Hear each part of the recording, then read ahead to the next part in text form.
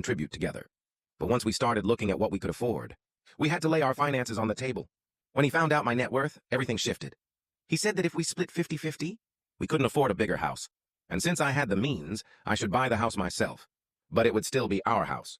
I told him that whatever amount he contributes would equal his share of equity in the property. Maybe I was naive, but until this point, I never saw signs of him being a gold digger. He never pressured me to pay for things and always split expenses fairly. That's why this change has been such a shock. Right now, I'm locked in my bedroom. And I told him he can sleep in the guest room tonight, but that he needs to move out tomorrow. We haven't spoken since. That's where things stand. Thank you all so much for the support and comments. It means a lot. And just to clarify, this is a throwaway account I created for privacy reasons. Update. Wow, this blew up. Thank you so much for all your comments and support. This morning I woke up and Tom had made breakfast and asked if we could talk.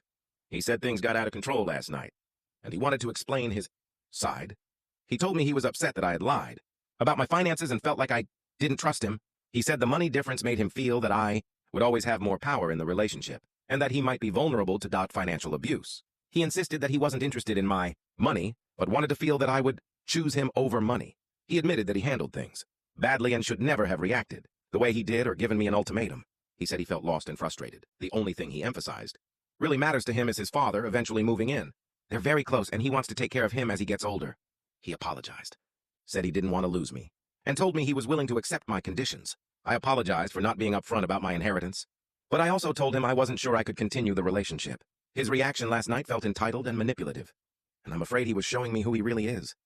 I told him I love him, but I'm worried money will always be an issue between us. If he's already pushing for a house before marriage, what else might he push for later? I explained that the only way I could even consider continuing is if he agreed to 1. A bulletproof prenup stating that in case of divorce, he only leaves with what he contributed, nothing more.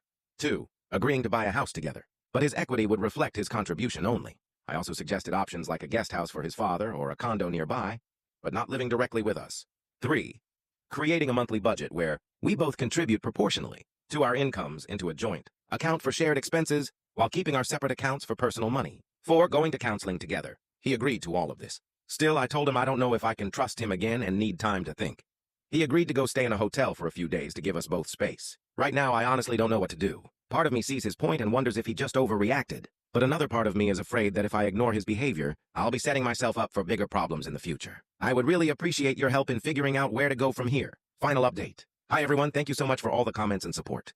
I took some time away to think, talk to my sister, my therapist, and my lawyers, and I've made my decision. As much as I cared for Tom, I realized I can't marry someone I don't trust. What happened broke that trust, and I know it would always be in the back of my mind in our marriage. Every financial decision, I doubt him, and that's no way to build a future. A few days ago,